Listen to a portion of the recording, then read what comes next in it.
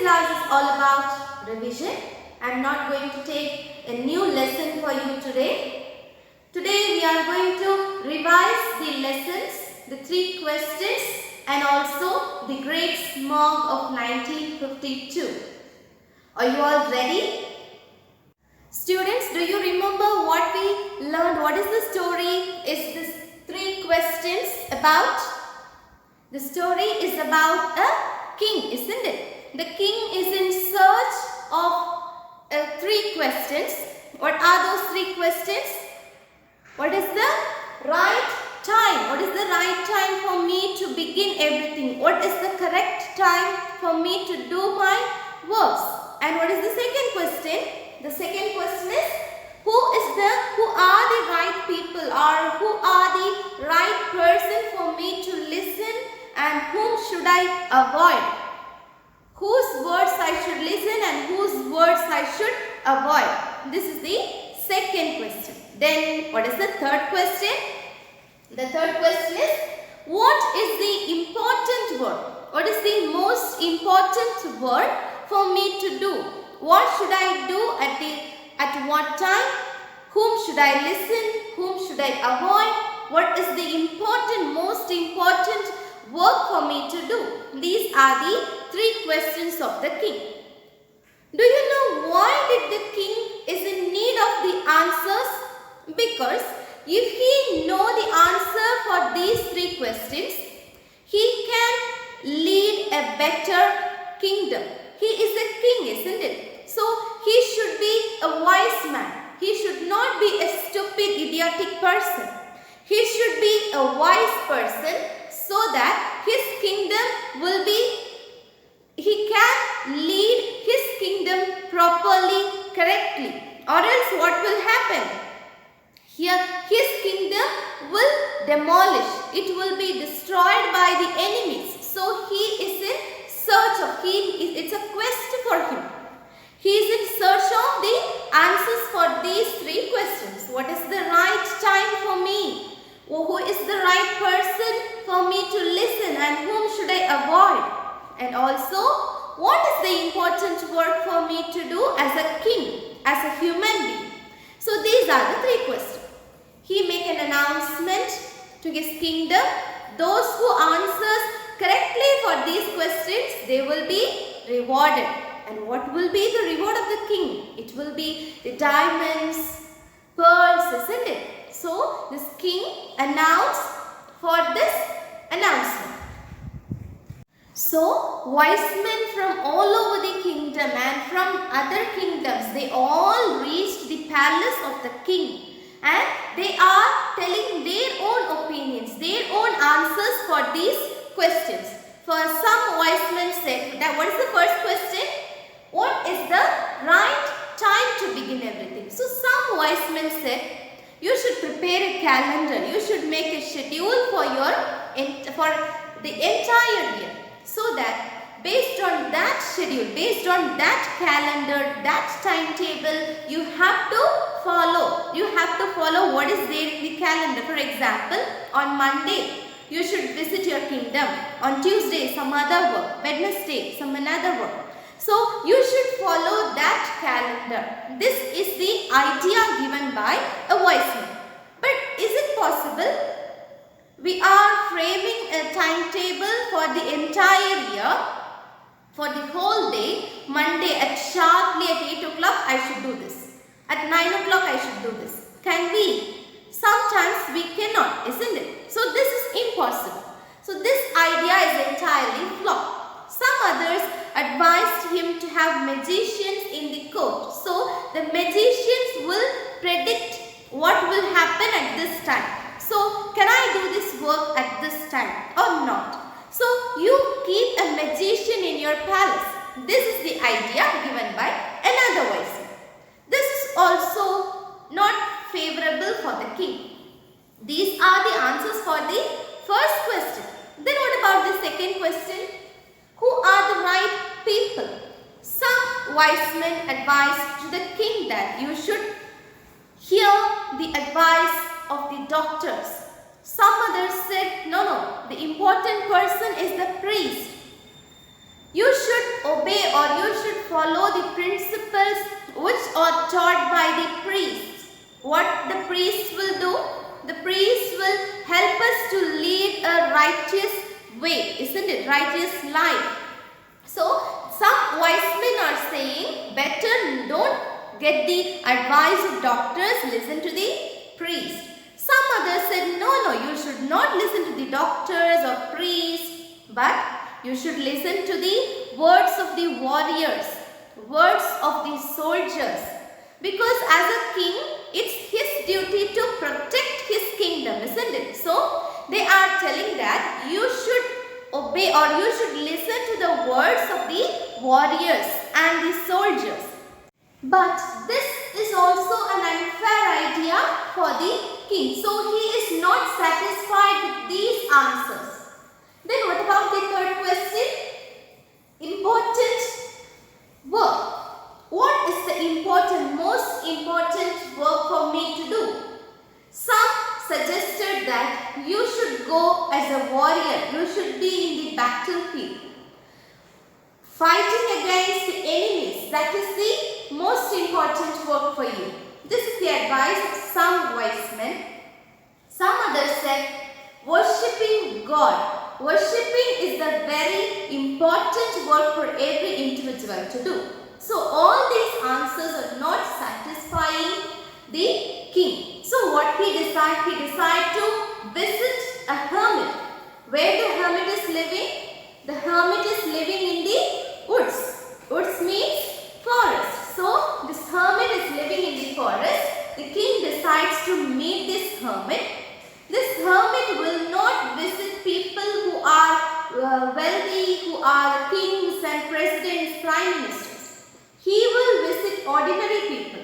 He will visit people who are living in this world normally, which means the ordinary people, people who are treating everyone equally is ordinary people.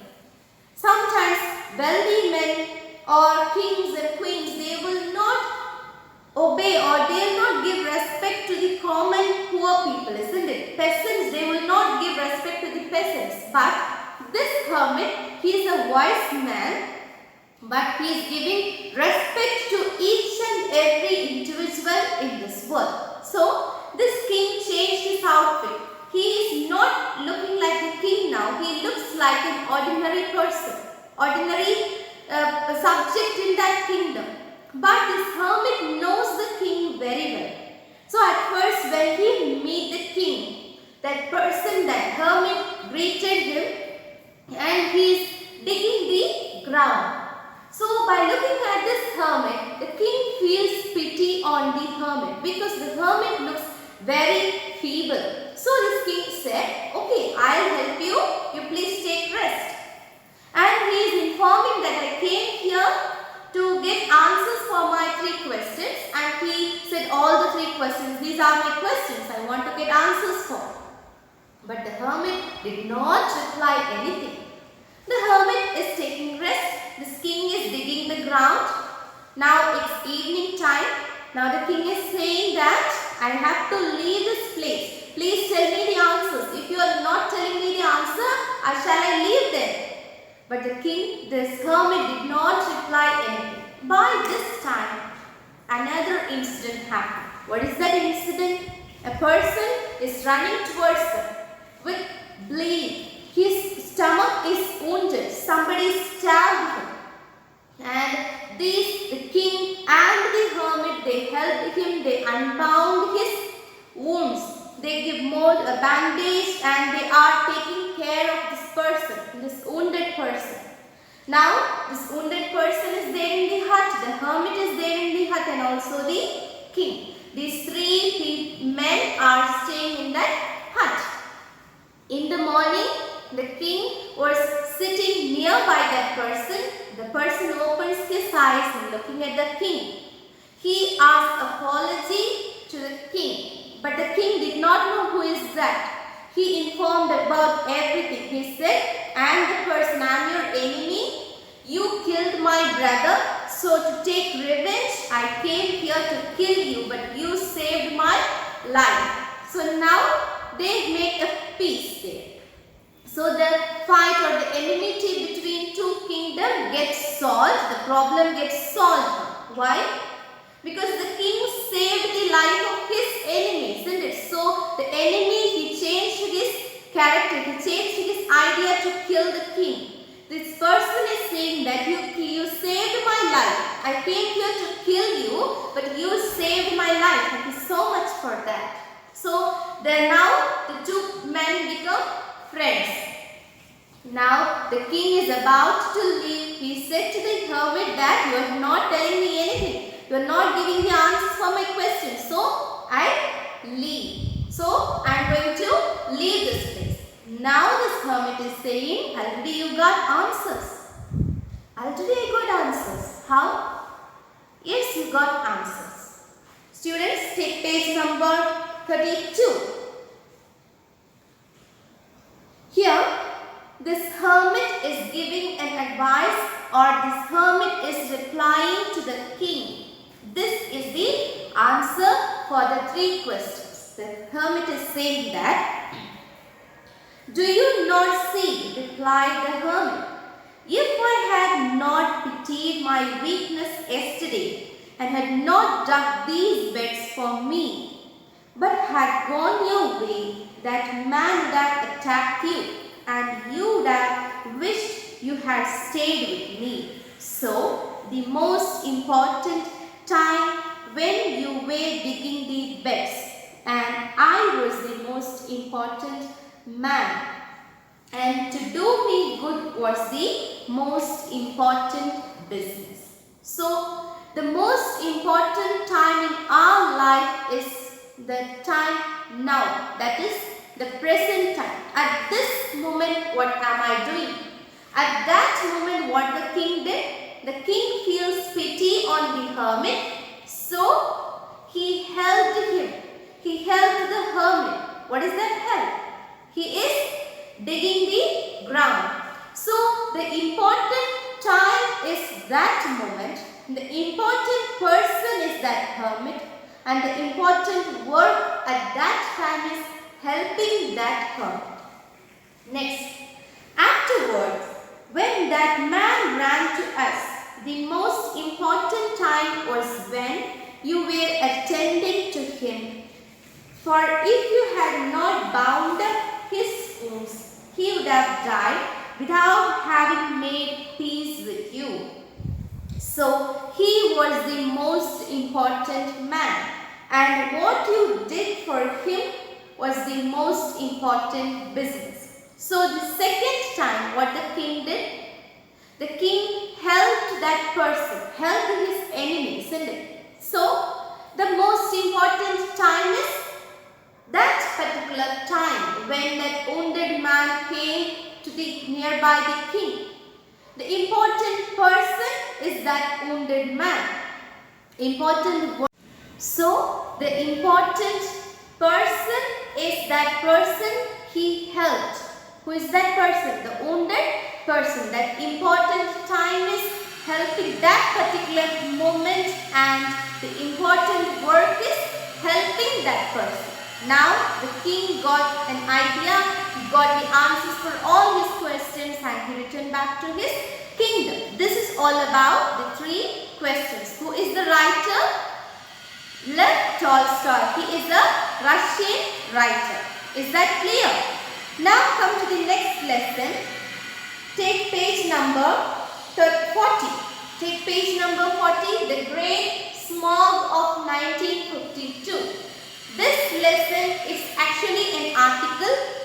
It talks about a real incident which happened in London in the year 1952. It talks more about pollution, our environment.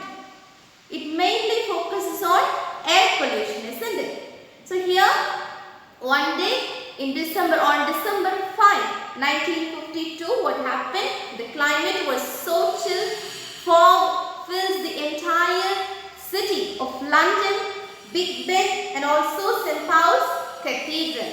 Then, as the time goes on, the fog changes its color, and the smell of the air is like rotten egg.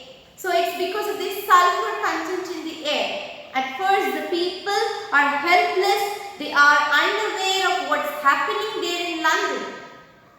Later they realized that it is because of the emission of polluted air from industries, from factories, from chimneys, from automobiles. So the people, they are helpless, they do not know anything. They do not know what to do next. They can't breathe. Schools were closed. Children are unable to go to school. People who are sick, people who are suffering from any breathing problem, respiratory problem, they should be stay at home. People are leaving their hometown. They are settling in their neighboring towns and cities. Why? Here in London, in Big Ben Park and also St. Paul's Cathedral, the climate is completely worse. That's why people are moving towards the neighboring cities. Now the London city, London Bridge, everywhere it looks dark in color. People who are crossing the road, when they cross that particular area, they look like as they are working in the coal mine. And also the vehicles can't move. The conductors are helping the drivers to park their buses. The city buses were stopped there.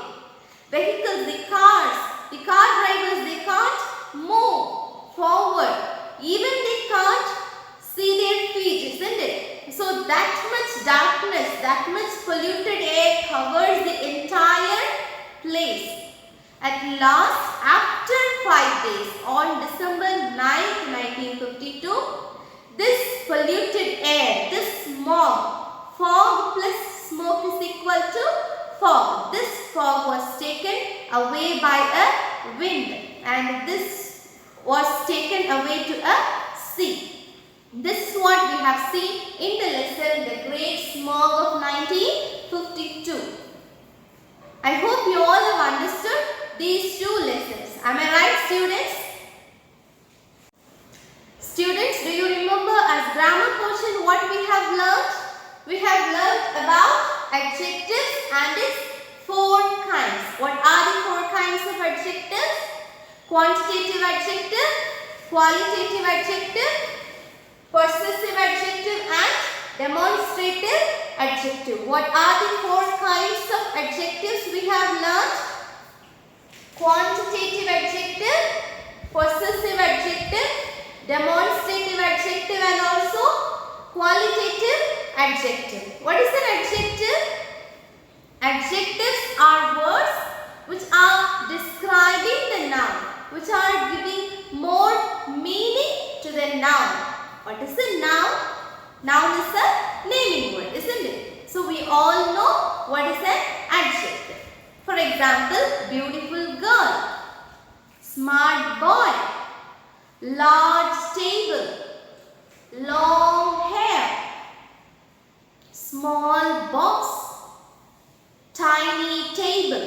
So these are the examples for adjectives. The words which are describing the noun or a pronoun, that is adjective. First, let's take quantitative adjective. What is the quantity? Which means how many or how much. For example, if you are buying 1 kg of rice from a shop, then what is the quantity of the rice? That is 1 kg, isn't it? So it is denoting how much it carries or the rice is. So this is what called quantity. Similarly, the adjectives which are showing the quantity, that is how much or how many the thing is. Pronoun or noun. How many people are there? How many students are there? There are 10 students. So 10 is the quantity. 10 is the quantity of the students of the noun. So it is quantitative adjective. Next, qualitative adjective. What is the quality? It shows the color, size, manner, example, green apples, large table, small boy, small box, blackberry. So these are the words, these are the adjectives which are denoting the quality, the color, size, manner. He is an honest man. So here these are the adjectives which are acting as the quality, which is showing the quality of that noun or the pronoun. Then it is called as qualitative adjective. Now come possessive adjective. Possessive means it's mine, my pencil, my notebook, his textbook, her school, his mother, her mother, their school, their college, their country, my country. So these are the examples for possessive adjective. The words, the adjectives which are showing the possessiveness or belongingness of the noun or the pronoun. Next is demonstrative. Demonstrative adjectives, it's very simple, that is, it is demonstrating, it is indicating something. For example, this book, that book, these mangoes, those mangoes. So here, which is the words which are indicating something, indicating the noun or the pronoun. This book, which indicates it is here. Then there, here, there, this, that.